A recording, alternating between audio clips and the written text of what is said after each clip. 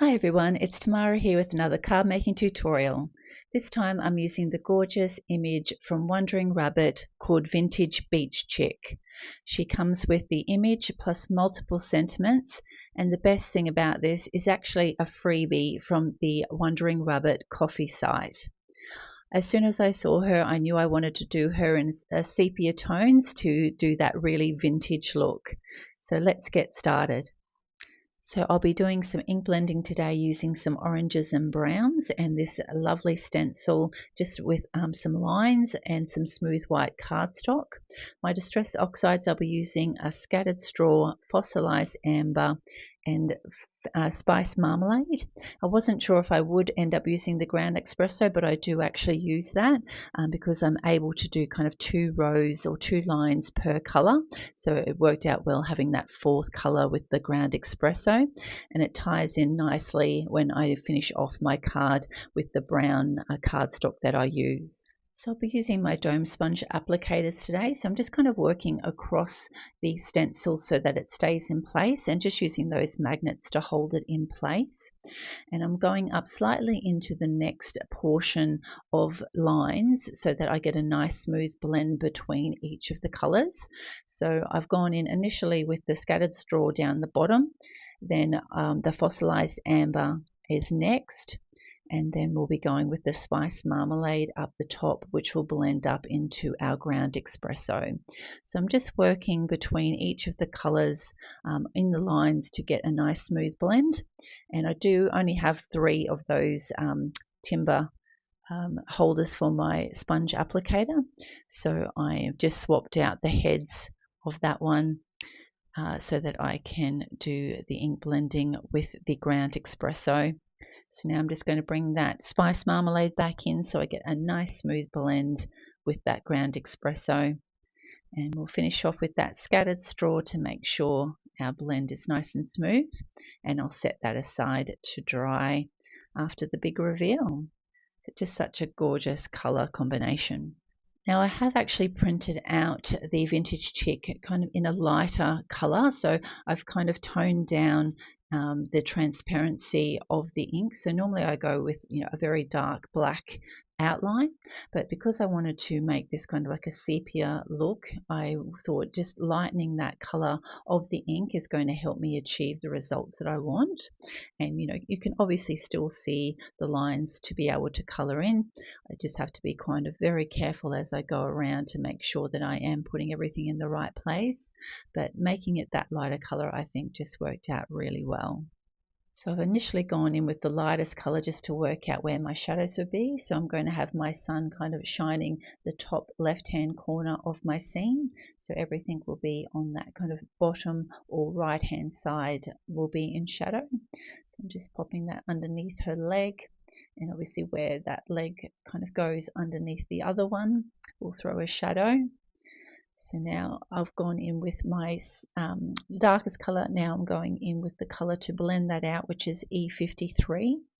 Now I do show all my colors in the top left hand corner, but I will have them all listed in the description box below as well.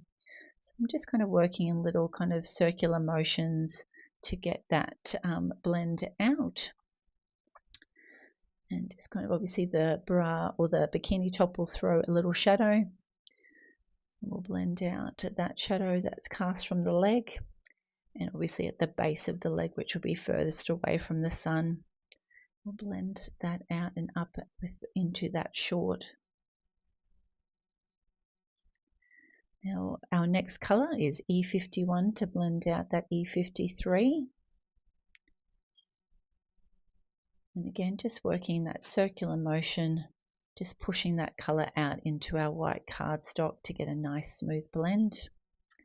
Back into our shadow area and with that leg. Then we'll bring in our lightest color again. This is the initial color I used to work out where I was going to put all my shadows. So now we're going to fill in all that kind of white card space with our highlight color of E50. So we see the top of that leg will be the brightest. Now I did go back over off camera because obviously I did everything exactly the same, and I reinforced all those colors again just to make sure that I had a nice strong contrast. So now we'll colour up the hair. I'm going in again with the lightest colour to work out where all my shadows will be. And then I'll bring in my darkest colour now just to do some little flick ups of the hair, as well as those little shadow portions. So we'll go around her headband and just flick up into that white cardstock. So the darkest colour will be at the bottom, and then obviously the lightest colour will be at the top where the sun will be hitting it. So now we'll flick out that E37 with E35. Again, just flicking up into that white cardstock. And I did realise I missed that left-hand side of her hair, so I'm going in now with that darkest colour, E37, and that E35 again. And then we'll bring in our E33 and just fill in the rest of that colour. Flicking up into that white cardstock to finish with our highlight. And again up into the top of that hair with that E33 to fully colour that hair in. Now I just wanted to reinforce that because we did lose a little bit of that contrast, so I'm bringing that E37 back in. See where the hairband throws, and underneath that fringe will be in dark. And then we'll bring our E35 in to blend that out. I'm remembering to do it now on the left hand side. And back at the back there with that headband and flicking up into that lighter cardstock. And then we'll bring back that final colour, the E33, to finish that off into our highlight. Now for the headband, I'm just going with E90s, so E99 as the darkest colour, and then the YR27, and then the YR24 to finish that off. And I'm just going to again just reinforce that because it did get a little bit lost with that E99 and the YR24. Now I'm going to do the same with her little bikini. So the E99 as my shadow colour. So obviously anything away from the sunlight will be in darkness. And also I'm flicking up to where those folds are present in that bikini top, and also where she's sitting with those bikini bottoms. Now I'm flicking out with the YR27, so the same as what I did with the headband.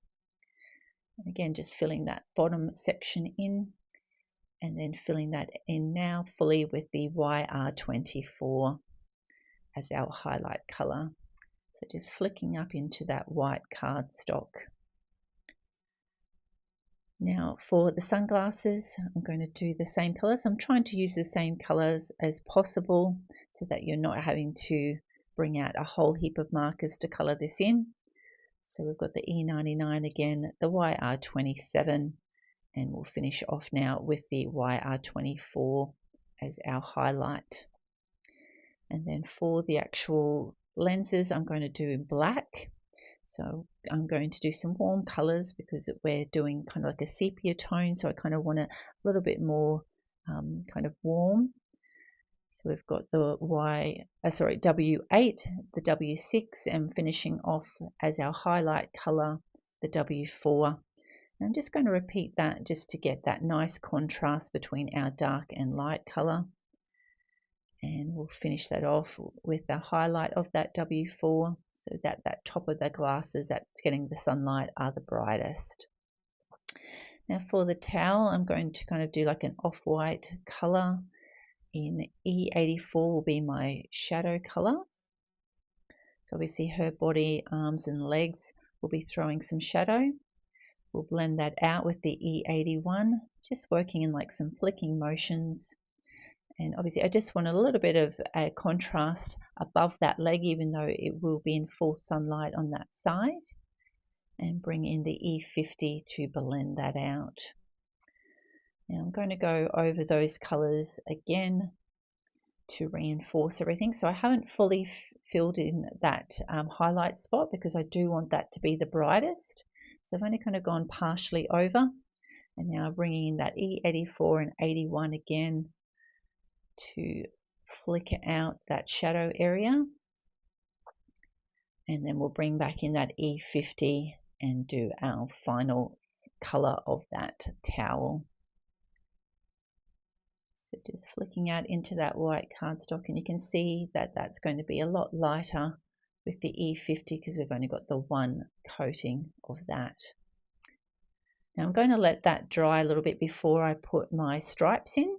So what I'm going to do now is work out where to put my ground and my sky. So I will be doing kind of like a picture, like a Polaroid picture.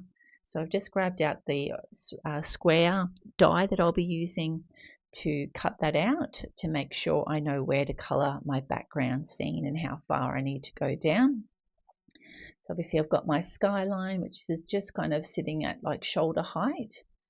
And now I'm popping in all my shadows that are going to be thrown from the towel onto the sand and around her body coming out. Obviously where her arm rests under there, that will be quite in shadow. So now we're going to blend that out with the E33. This is kind of my go-to sand colours. Blend that out with the E31, working that out into our white cardstock till we've got a nice smooth blend. And then our final colour will be our E30 to finish off that scene with our sand. Now I did realise I'm missing a few little bits there, so I'll make sure that I go in and fill that out. So I'm just going in and reinforcing all those shadow colours. So with my E44, we see where that comes out from her leg, where she's throwing shadow from the towel. Blend that out with the E43. And go over again with that sand colour, the E33. This is one of my favourite colours. Just making sure I get a nice smooth blend coming out with that E31. And so we're going to fill in that white cardstock that was still showing when I put up my square die. And now we'll fill it in with that E30 to make sure that that section's all coloured in for when we've got that cover over the front like so. Now I've also just looked at to where I need to colour her for the sky. So I'm actually going to be using some yellow red markers for this. So I've gone in with my lightest colour first, and then my darkest colour up the top, which is my YR21. I'll blend that out with my YR20. And then come back in with my YR00, and then the original colour, the YR000. Just make sure I've got a nice smooth blend between those colours, making sure that that sky is fully covered with my square. Now that that towel's dry, I'm just going to work out where I'm going to put some stripes on the towel. I'm just going to be using my E markers for this. So my E99 will be my colour that will be throwing the shadow at the back, and obviously where it sits underneath her bottom. Blend that out with the E97. Again, just working out where that's going to be coming out from the shadow, and just finishing off with that E95 again that I initially worked out where my stripes would be. Now that the colouring's finished, I'm going to get all my die cutting done. So my little ink blended panel is going to be cut out with this rectangle die, which is a stitched rectangle die. And I chose this one because it fits perfectly inside my Lawn Fawn Scalloped die. So I'm going to cut the Scalloped die out of this brown cardstock, and then that little pattern paper that I've made with my ink blending is going to fit perfectly on the inside. Now I'm going to be working on my Polaroid panel. So I have kind of already got a piece of scrapped white cardstock that's nearly to size, but I'm just going to cut it down just slightly to the exact size that I need, that my little square die is going to fit right in the middle. So it's going to have a little bit of space the top and the two left and right sides, and a bigger space down the bottom where that Polaroid look comes into it. Now obviously my Copic Expresso coloured cardstock is just a little bit bigger than that Polaroid, so I need to cut this down. So I'm just going to quickly trim it up roughly to the size that I need. And then I'll just grab out that Polaroid and just make sure it fits. Now it does perfectly top and bottom so that it will be glued behind. So I'm just going to mark with a pencil now either side and just use those pencil marks to cut this down to size. And now it fits perfectly behind that Polaroid panel. Now pulling all my elements together, I just found this white Polaroid base kind of got a little bit lost, so I decided to use the same brown cardstock as my Scalloped base, and I thought that matched in better and just made her pop on that white ink blended panel as well as the picture. I also wanted to add a little bit of scenery to the background because it just with that sky and the sand it looked a little bit plain. So I found this palm trees in one of my Sweet November Stamps background builder sets, and I thought it would work perfectly to add some palm trees to the background and just add a little bit of interest back there. So to keep in with my color scheme, I'm just using some sepia colored ink from Versafine, so that's going to match in perfectly with that vintage feel look that I've got in my card. Now while those are drying, I'm going to cut out my sentiment which I've printed out. There's a number of really fun sentiments that come with the set, but I've chosen this one to go with my card today. And I'm just going to do some selective cutting to cut this down with my banner die. So because obviously my sentiment's a little bit shorter than my banner die, I'm just going to run it through my die cutting machine with one end in the correct position. Then I'm going to pull that out and then just move that banner die so it cuts the same amount on the right hand side as there is on the left hand side. So you don't need to run it all the way through, just that little end bit, and now we have the perfect size sentiment strip for our card. I've already cut and scored a white card base, so now I'm going to get everything attached.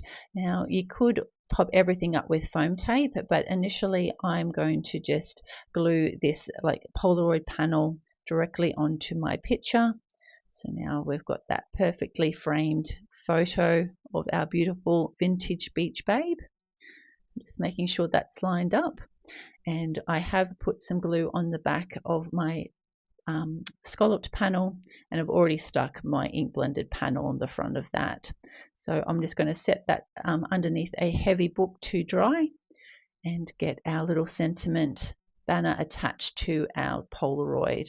So I thought that like bottom section of the Polaroid would be perfect for that sentiment banner just to sit perfectly along the base there. So I'm just lining it up to make sure it's centered left and right and in the middle. So now that my panel's dry, I'm going to actually use some foam tape to pop up my beach babe photo so that we make sure that she's the main attraction on our card base. So I'm just going to pull off the release paper off camera and just going to offset her on that front ink blended panel, making sure I'm happy with where it is before I give that a good press down. And this is the finished card for this tutorial. I just thought this vintage beach babe would look perfect in sepia tones, and I love all the sentiments that come with the set. It was really hard choosing just one for this card.